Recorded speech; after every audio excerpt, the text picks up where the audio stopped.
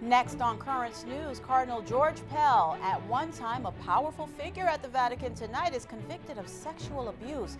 Team coverage is ahead. On the feast day of St. Lucy, patroness of the blind, an extraordinary mass is celebrated by a blind priest. A very special way to love the Lord is on the rise. There's been a significant increase in women who are consecrated virgins. Plus, Bishop DiMarzio will be here for his weekly Into the Deep segment. Tonight, the Christmas season. The news starts right now.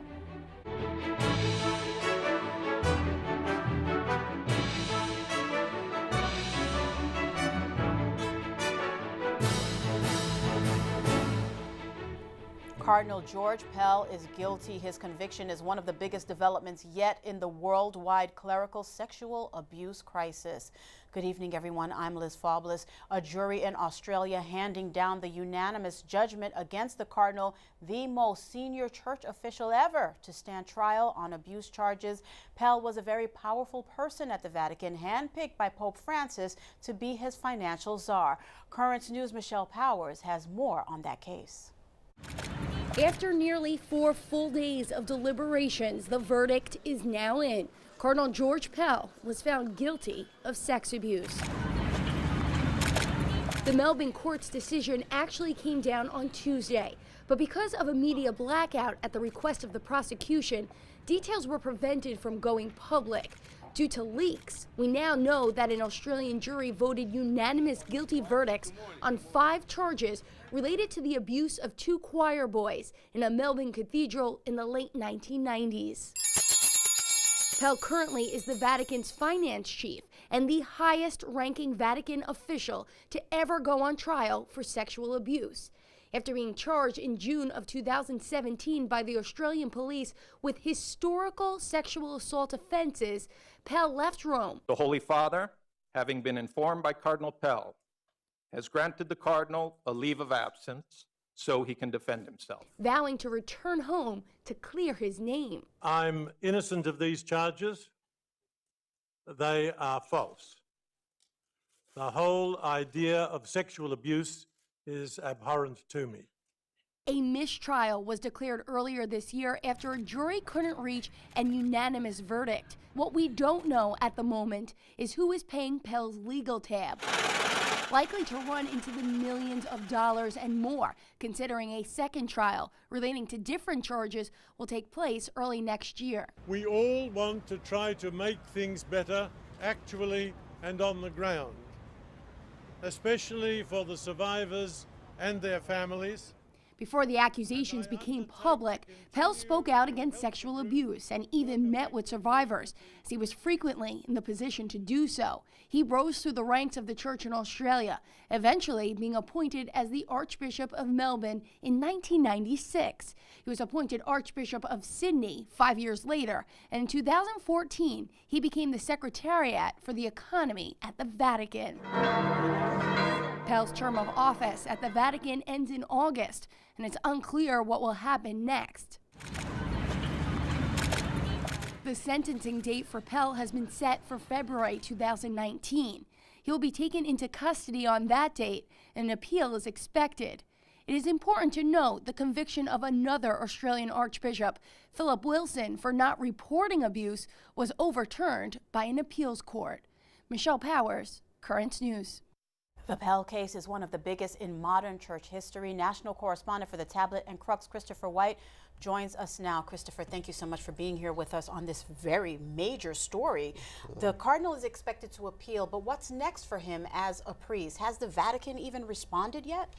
Liz, the Vatican has not responded, saying they respect the Australian sort of suppression order not to comment on this case and not to publicize it. The big question mark is, what does come next for him? Now, he has another trial that's slated to go forward in 2019.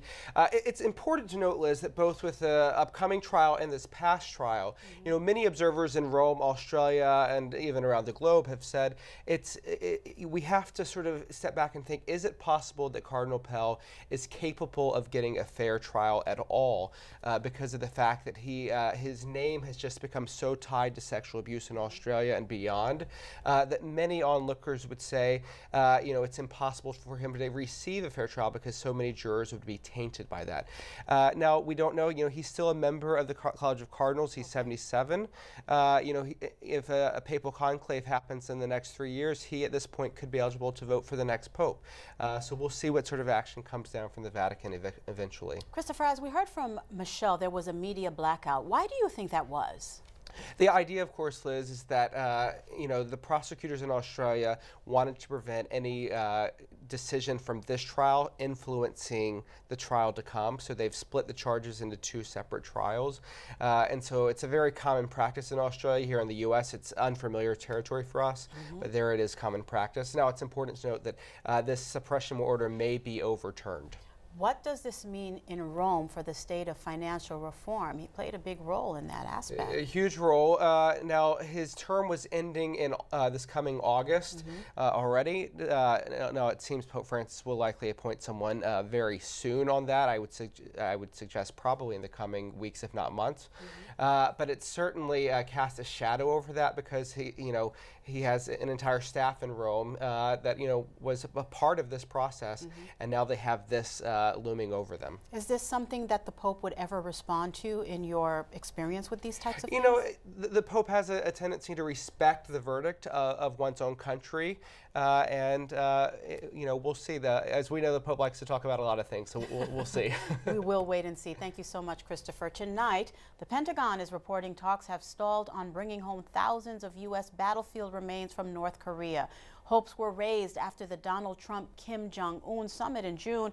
They committed to cooperation in recovering the remains, but a stalemate over denuclearization is being blamed for the slowdown with those remains. A second summit could be held early next year.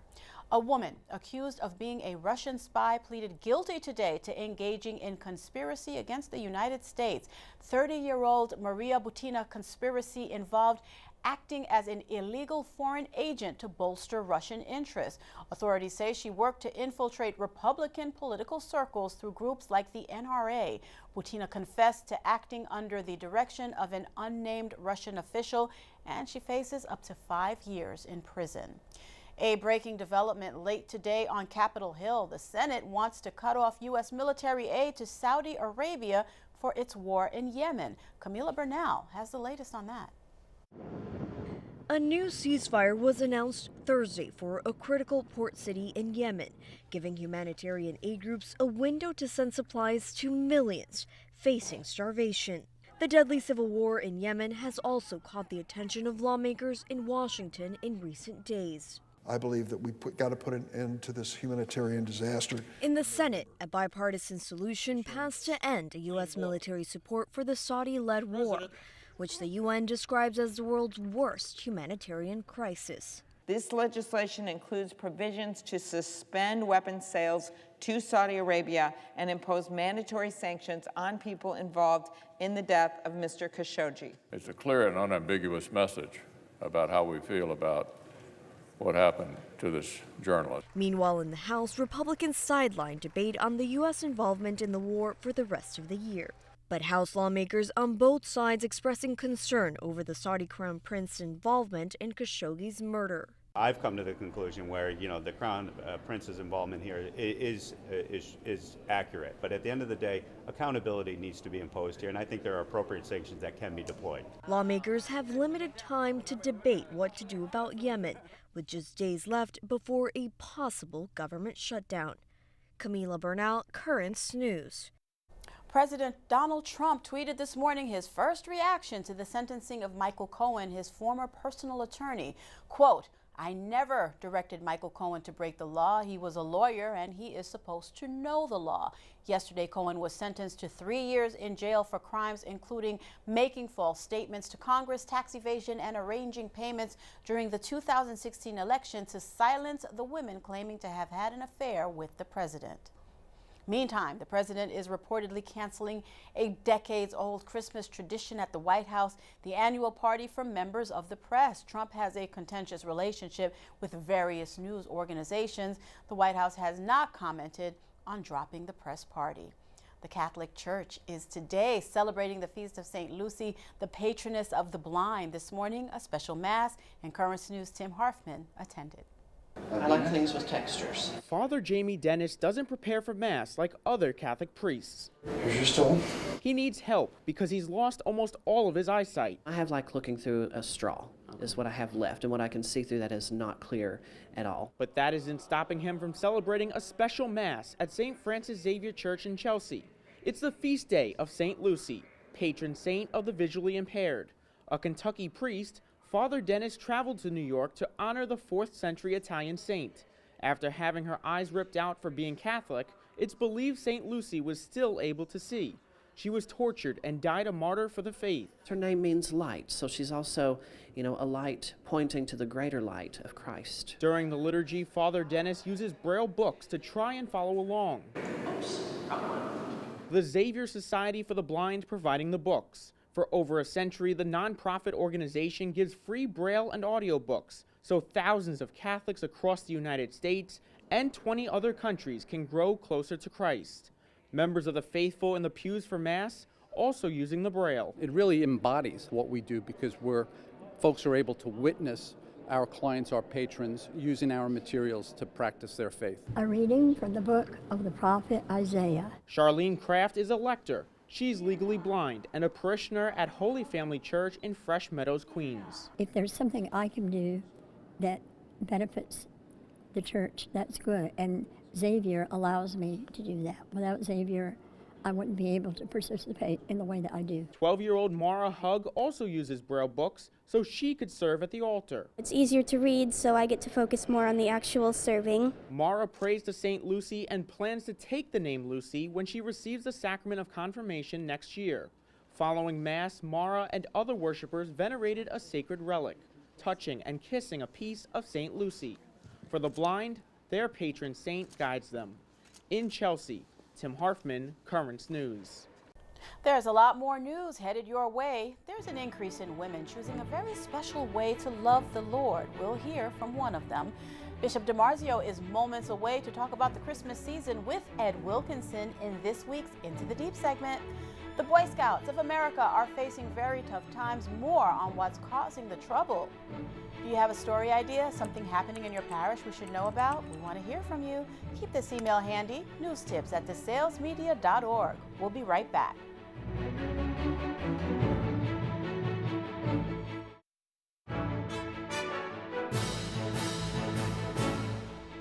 Tonight, the Boy Scouts of America are considering bankruptcy. That's according to the Wall Street Journal. The organization is fending off costly sex abuse allegations against employees, and at the same time, Scout membership has dropped significantly by some 4 million boys. Dartmouth College is firing 3 professors who've been accused of sexual assault and harassment. The Ivy League school is taking action after being hit with a $70 million lawsuit. 7 women are claiming the college didn't protect them from attacks by the teachers. A big battle involving New York's Catholic schools is looming tonight. Education officials in Albany are creating a new system where public school officials would check up on Catholic classrooms. James Kultura is a top official representing Catholic school superintendents, and he's having none of it, saying, quote, "We simply cannot accept a competing school having authority over whether our schools can operate. A boycott of the review system is planned." There are women who've chosen a special way to follow the Lord, and the number of consecrated virgins around the world is growing. Currents News' Emily Drewby spoke with one living in the Brooklyn diocese to learn more. The front of the album is my invitation. While flipping through a photo album, Angela Scanapiecco reflects on one of the most important days of her life. She was so proud. I didn't care who you was. She was telling you that my daughter's married to Jesus. That day, Scanapiecco stood at St. James Cathedral Basilica in a wedding dress from David's Bridal with a ring on her finger. But it wasn't her wedding, it was her consecration ceremony. They never had consecrated virgins in Brooklyn before. Scanapiecco, one of only about 5,000 consecrated virgins in the world, and one of only 2 in Brooklyn, with a 3rd woman currently working towards it. However, the position is growing rapidly. The United States Association of Consecrated Virgins tells us while there is no central registry, they believe the number has grown by up to 15% since December 2015, when there were about 4,000 2000. Even Scanapieko didn't know what a consecrated virgin was when the idea was first introduced by her spiritual director. He said, "Have you thought about consecrated virginity?" And I said, "Excuse me?" She has now seen more recognition. So I've spoken at a couple of parishes and things like that. So there's more awareness. I don't know if I've seen, people that have come up to me and say, "Oh, I know all about consecrated virginity." That's not, because it's still not all that well known. It's similar to being a nun, but consecrated virgins don't live in enclosed communities. They don't wear special clothing on a daily basis, and they have jobs. For example, while Scanapieko works at Divine Mercy Parish in Brooklyn, this same place where she was baptized and her parents were married, another consecrated virgin she knows works in the banking industry. But Scanapieko explains one thing is similar: the calling. If there's something that just doesn't feel like it's all together there, then just surround yourself with good holy people and seek some counsel, and that's, and they'll point you in the right direction, and then God knows, God will use them. In Williamsburg, Emily Drewby, Currents News. Christmas is right around the corner, and the diocese is feeling the holiday cheer. Bishop DiMarzio is with Ed Wilkinson to discuss the season. Ed. Hi, Liz. Well, the Christmas season is upon us. Bishop, we're knee-deep in the Christmas season here already. It's here. Time flies, doesn't it? We have a lot of social events here in the diocese, as well as religious liturgical events about Christmas. One of the things we had that you began actually in the diocese was this Christmas luncheon that we have at Russo's on the Bay every year, and it's a nice affair, and a lot of people show up. Why did you begin that? What's the purpose of that?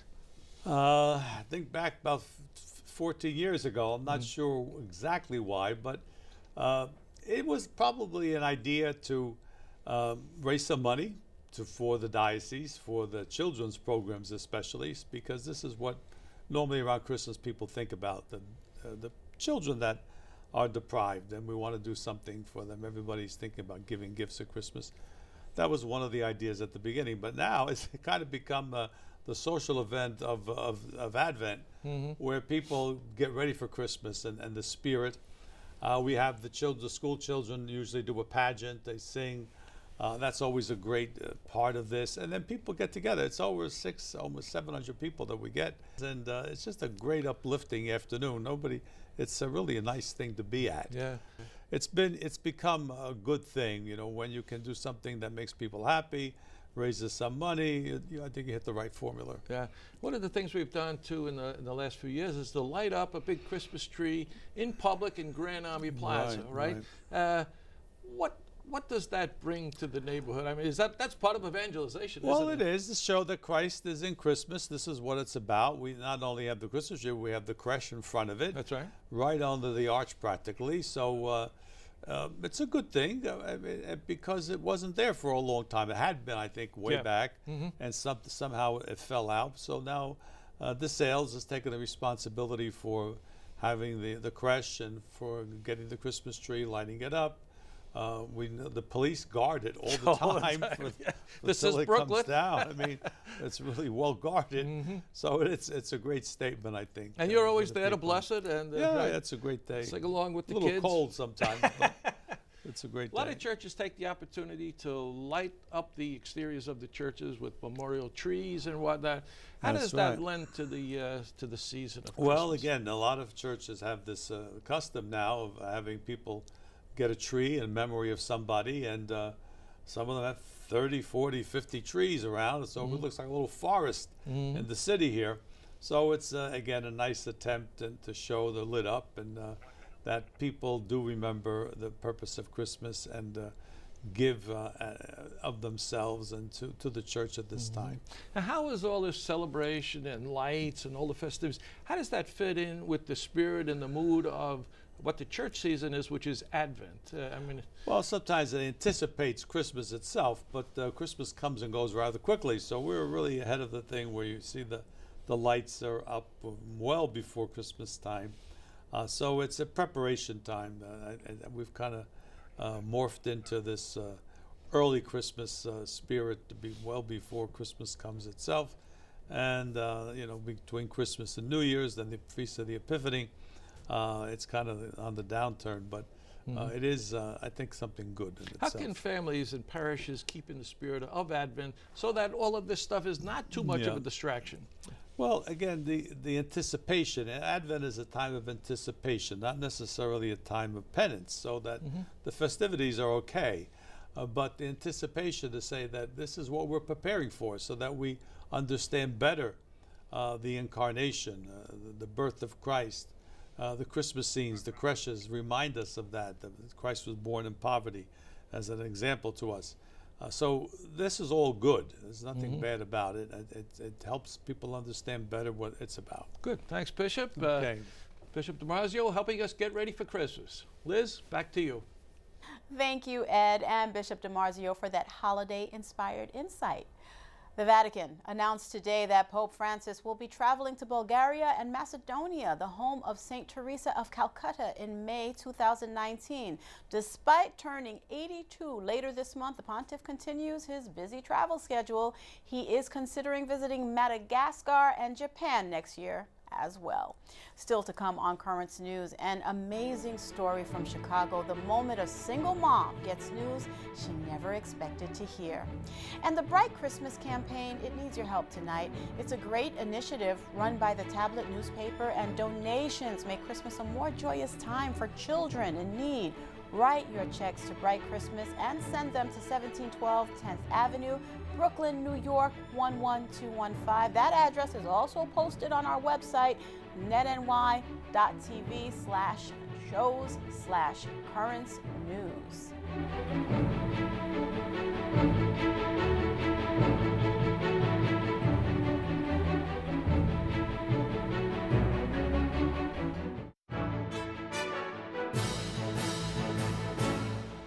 One Chicago nurse experienced a Christmas miracle she never thought would come. Mark Rivera reports on what happened. For the past 12 years, 30-year-old Jasmine Ford has had to hustle for everything she has. Gratitude is what gets me through. I mean, becoming a nurse and being able to service in the field that I'm in has been the greatest honor of my life, second to having my son. She grew up on Chicago's South Side, now a single mother and a nurse, the first in her family to go to college. She works 2 jobs, 6 days a week, and is saddled with $150,000 of student loan debt she never thought she'd pay off. Until now. We know the burden that student loan debt places on people's lives and how it slows down the trajectory and the change that they can make in the world. And to be able to remove that roadblock and that obstacle for Jasmine is just a dream come true for all of us. Fifth Third is paying off all of your student loans today. Oh my God.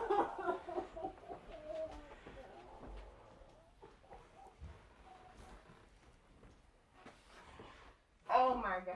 Are you serious? I am serious. You are an inspiration to us, and this is the least we can do. Thank you for all that you do. Your story is incredible. A life-changing moment for Jasmine and her son Caleb. I could say for your college, we won't go back down that road again. You won't be like me. You won't have any debt. Change the direction and the course of my life in the way that I want to live. It's not just the day-to-day anymore. Oh, her reaction was priceless. On that very inspiring note, that is Currents News. I'm Liz Faublas. Thank you so much for joining us, because we are putting your faith in the news. I hope to see you again next time.